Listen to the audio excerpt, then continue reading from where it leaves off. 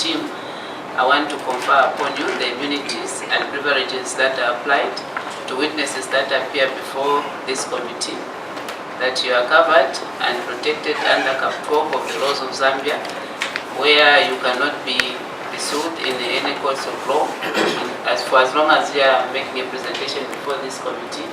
However, the same cap can also be used against you if you deliberately choose to mislead the committee. I will now ask you to introduce yourself and your team, and after that you can go ahead and speak to your submission. I'll give you about 12 minutes to speak to your submission so that you can allow time for the members of Parliament, for the members of the committee to interact with you. Thank you very much. My name is Akawondo Kabechani. I'm Acting Chief of Party for Policy Monitoring and Research Center.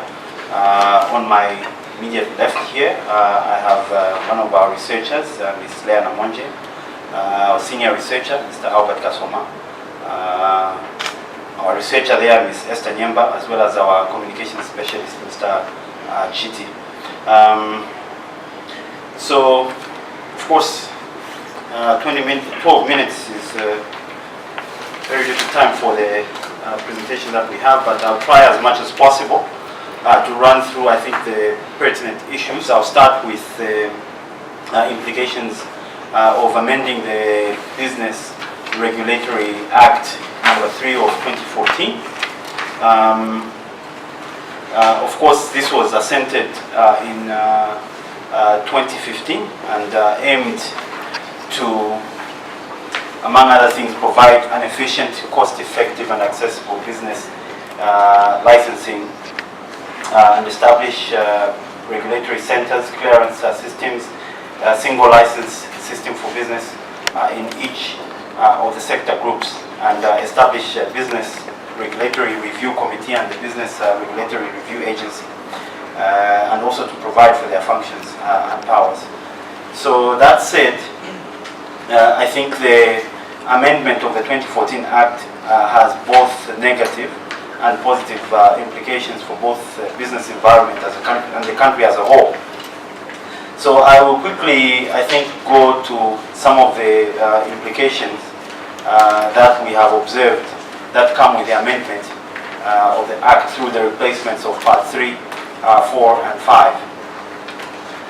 And so, starting with Part 3, the Act, despite being a good step towards promotion of corporate governance in the country, has implications on the already constrained national budget.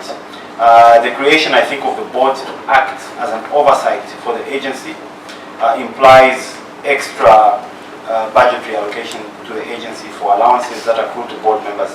Part 4 of the proposed bill provides for payment of board members' traveling and other allowances when engaged on business for the agency.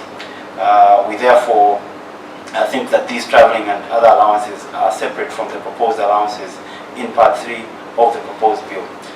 Secondly, Article 21 of Part 4 of the proposed bill concerning financial provisions of the agency provides for the agency to raise money through loans when required. This does not provide information on how these loans will be acquired and utilized, and will therefore have implications on the country's finances. The amendment of Business Regulatory Act number 3 of 2014 will make BRRA more autonomous and further enhance its role of empowering and coordinating the functions of regulators who worked in isolation in the previous setup. So it's been set up as a means by which government ensures that the regulatory powers of the regulatory agencies and other public agencies are kept in check. So we also looked at international best practice guidelines in licensing through, of course, the International Finance Corporation as well as Business Enabling Environment Program provided by the World Bank. And the document outlines, I think, 3 main goals to consider when implementing reforms, which include reducing the number and coverage of permits, simplifying the issuance of permits, and implementing a training and awareness creation program. How does this act compare to best practice guidelines? Of course, international practice calls for reducing the number and coverage of permits, simplifying the issuance, and arriving at a one-stop shop.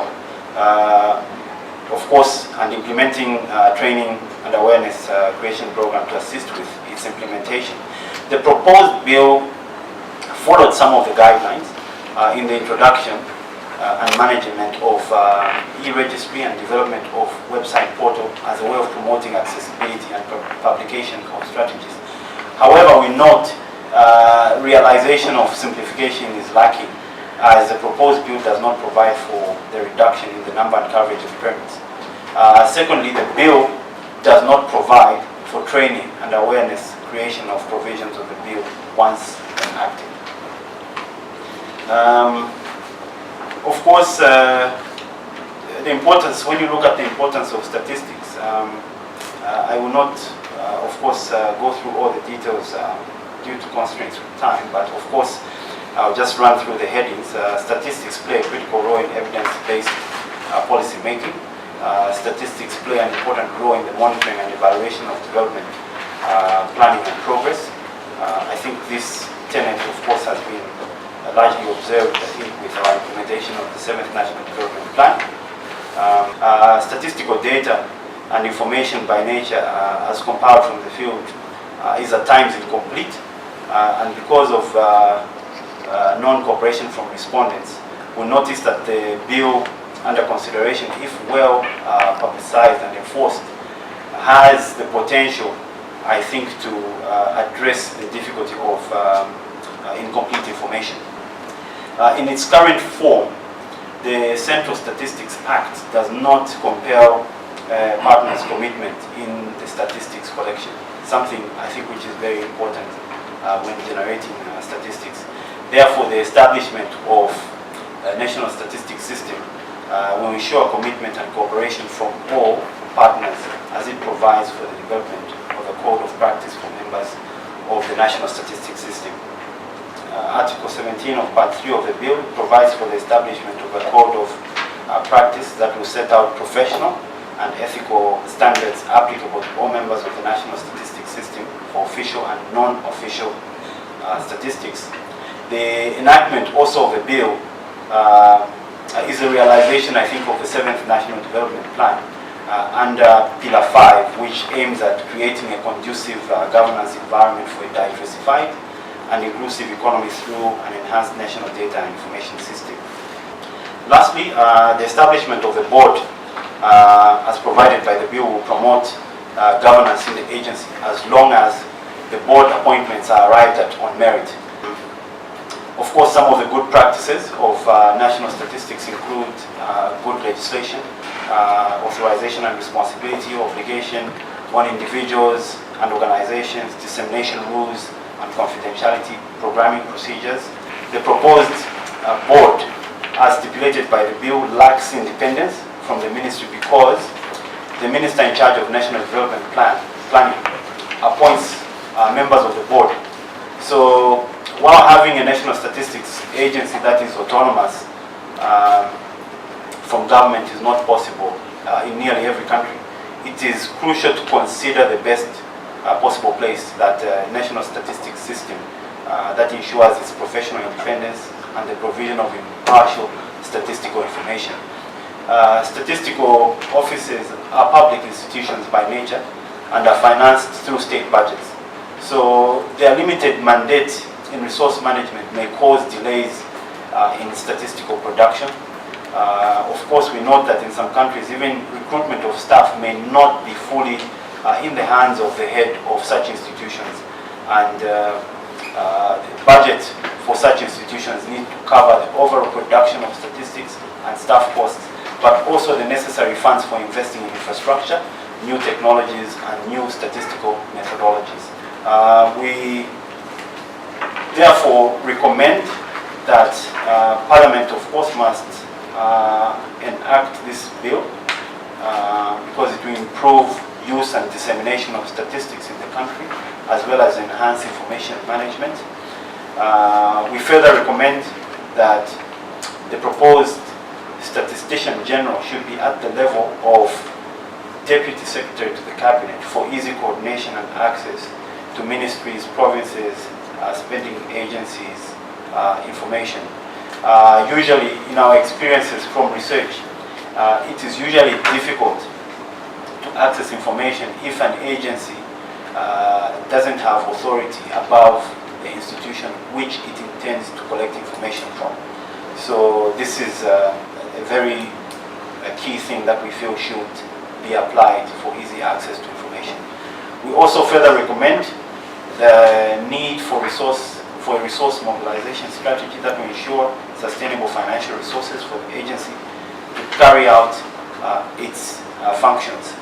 Research by nature, I think, is a very costly undertaking, and society in general does not appreciate the importance of research and development, and therefore does not allocate resources required to develop research and development, which is a critical and necessary tool for development. We also recommend that the proposed board in the bill should constitute representatives predominantly from the private sector. I think for the bill to achieve autonomy of the agency, there's a requirement that it should be dominated by professionals, I think, predominantly from the private sector. We also recommend that the chairperson of the proposed board should come from outside the government system, preferably from a higher learning institution or someone with strong academic credentials to provide greater oversight over the board. I will end there. I will draw your attention to clause 18 2b in the bill, which says, despite anything to the contrary in any other written law, a private body shall not conduct an official statistical collection other than market research and suitability studies required for the purpose of market analysis, except with the approval of the agency and subject to conditions that the board may impose. And also 18.4, where a person or private body undertakes a statistical collection in accordance with subsection 2 or 3 above, that person shall, at the finalization of the statistical collection, without charge, provide the agency with the data sets and copies of the report of the statistical collection, including any statistics produced in the process. One, I appreciate the fact that you have made it clear that the non-definition of official statistics is a big problem in the bill, and I agree with you on that. Now, these provisions 18.2b and 18.4, how does that impact on NGOs such as yourselves that are involved in data collection and data analysis? The recommendation on the statistics, you have recommended as the Pmrc that the proposed board in the bill should constitute representatives predominantly from the private sector. I'd like to ask you, which of these would you recommend? 18.2b and the other clause, I think, where we need to seek guidance of the agency, sort of running through, I think, the information that is collected through the agency. Though it is an unwritten rule, usually when we collect information as an institution, we usually like to verify the information that we've collected with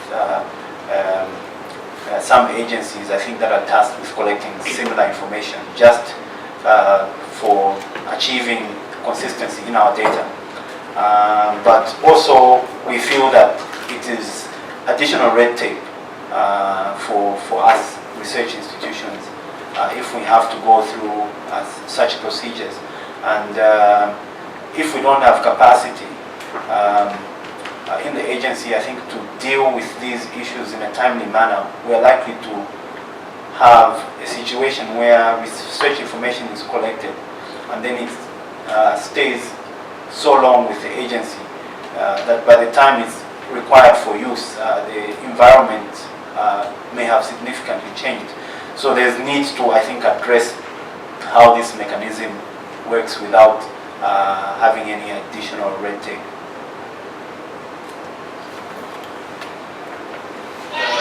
Good afternoon, members of the committee. I'm taking the question that relates to the composition of the board. I think predominantly when we look at the bill, most of the proposed members will come from government ministries.